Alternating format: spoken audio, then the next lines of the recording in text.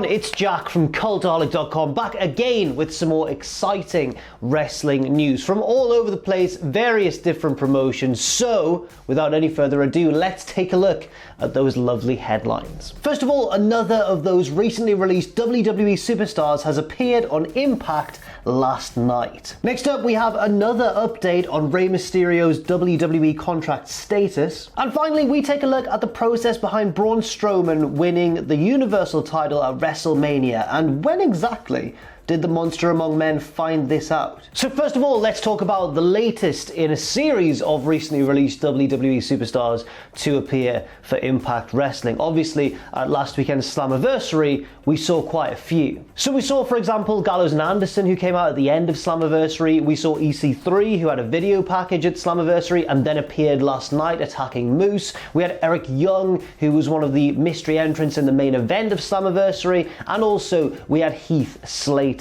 And last night on Impact, the latest former WWE star to join that illustrious group was Curt Hawkins. Hawkins, or Brian Myers, as I suppose he is now probably going by, appeared in vignette form on last night's Impact, but there was no date announced as yet, determining when he will first actually compete in Impact Wrestling. Obviously, Hawkins / Myers had some memorable moments during his latest WWE stint.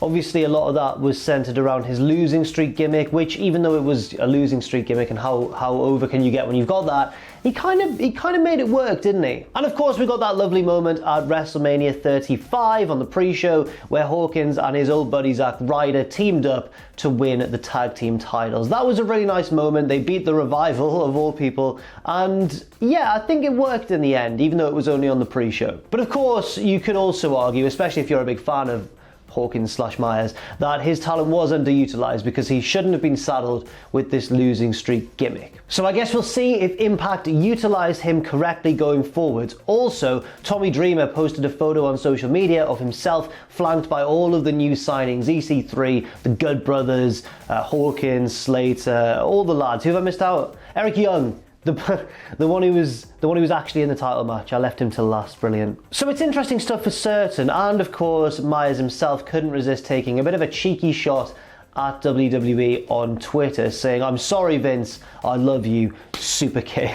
And that's on his Twitter right now. Go and check it out. I believe it's his pinned tweet, because he's obviously very proud of it. Next up, we're going to just briefly stick with Impact for just a second, and on a personal note, this is one of my favourite news stories of the entire year, because some of you may know that one of my favourite tag teams ever is the Motor City Machine Guns. I loved watching them back in their Impact heyday. I thought they were amazing. They were like no tag team I'd ever seen. They were so fast and crisp and smooth and just cool. And well, let's talk about what happened last night. Last night, Alex Shelley and Chris Sabin, aka the Motor City Machine Guns, won the Impact Tag Team Championships, defeating the North, who'd been champions now for about a year. I think they won it last July, so it's been a long title reign, but it's over now. Sabin and Shelley made their return not on last night's Impact, but actually at Slammiversary, and it was tremendously exciting. They didn't win the titles then, though. They held off until last night, where they did defeat the North, and I don't know what else to say. Brilliant stuff. One thing I will say actually is a stat that really shocked me. Because during the time that I was watching the Motor City Machine Guns, I was kind of dipping in and out of wrestling. I wasn't fully back in yet. And apparently, from checking online, this title reign that began last night is only the Motor City Machine Guns' second ever Impact Tag Team title reign. They only won it once back during their original run, which I was absolutely astonished by. That's because they are generally and rightfully regarded as one of the best Impact tag teams ever,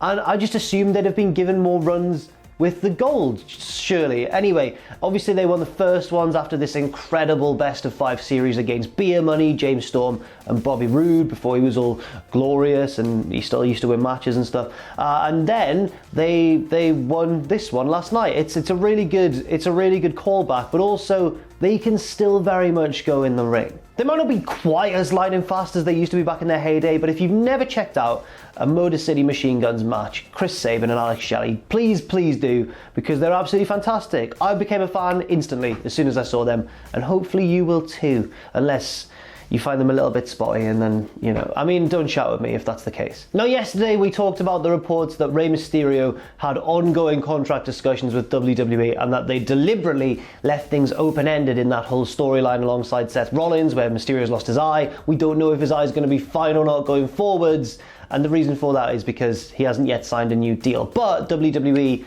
kind of apparently expect him to, according to Meltzer, and that's why there is a chance that he could come back in kayfabe from this horrific eye injury. Well, we have an update today courtesy of PW Insider, who claimed that last night or yesterday Rey Mysterio actually met with WWE officials to try and iron out a new deal. Rey was reportedly at the Raw tapings on Monday, but apparently was not used, and then on Tuesday he went to Stamford, Connecticut and did apparently meet with WWE officials. However, it is not yet known if they were able to come to terms on any sort of new deal. But why is that? Why is Rey so hesitant to sign a new deal? Well, apparently the key reason for this is the fact that he wants a raise, whereas WWE are remaining adamant that they are not giving anybody a raise during the current lockdown situation. And you can look at this two ways, I suppose. You could look at it as like, that's fair to everybody else, you know, Rey's demanding a raise, but they're not going to give him one because they're committed to not giving anyone else a raise at this current time. So would it be a bit unfair on everyone else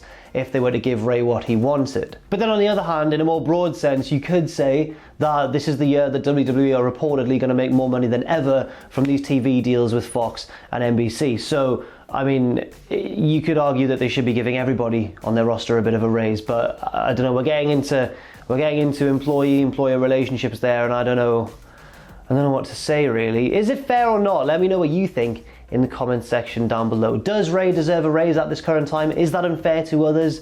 Do other people deserve a raise? Let me know what you think, because it's not a simple issue, is it? Next up,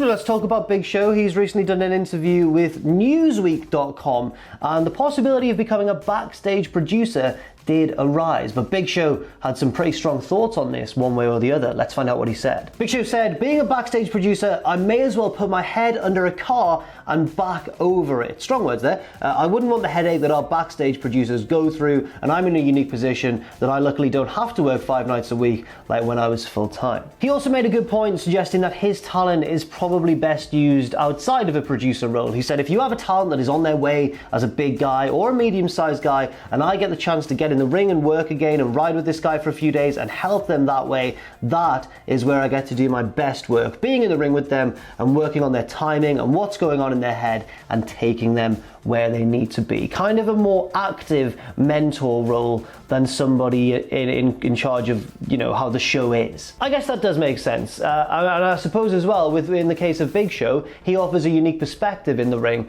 that nobody else or very few other people can, because he's obviously the Big Show. He's absolutely enormous, and it must be useful to know how to work with a guy of that size, especially when WWE love bringing in people like Braun Strowman and giving them a push. Maybe it would help up-and-coming wrestlers to know how to effectively work a match against somebody much larger than them, even if that person isn't quite as big as the Big Show, because these days in modern wrestling, you've got people of all different sizes and they're gonna end up in the ring together. So I do see Big Show's point here. Also, just reading that made me think, wow, what a nightmare being a backstage producer at WWE must be. You've got all these wrestlers coming up to you wanting to shine themselves, but you have to adhere to the rather admittedly rigid company policy when it comes to matches and structure and that sort of thing. Next up, let's head to the WWE Stats Twitter account, which usually gets things correct, I'm pretty certain.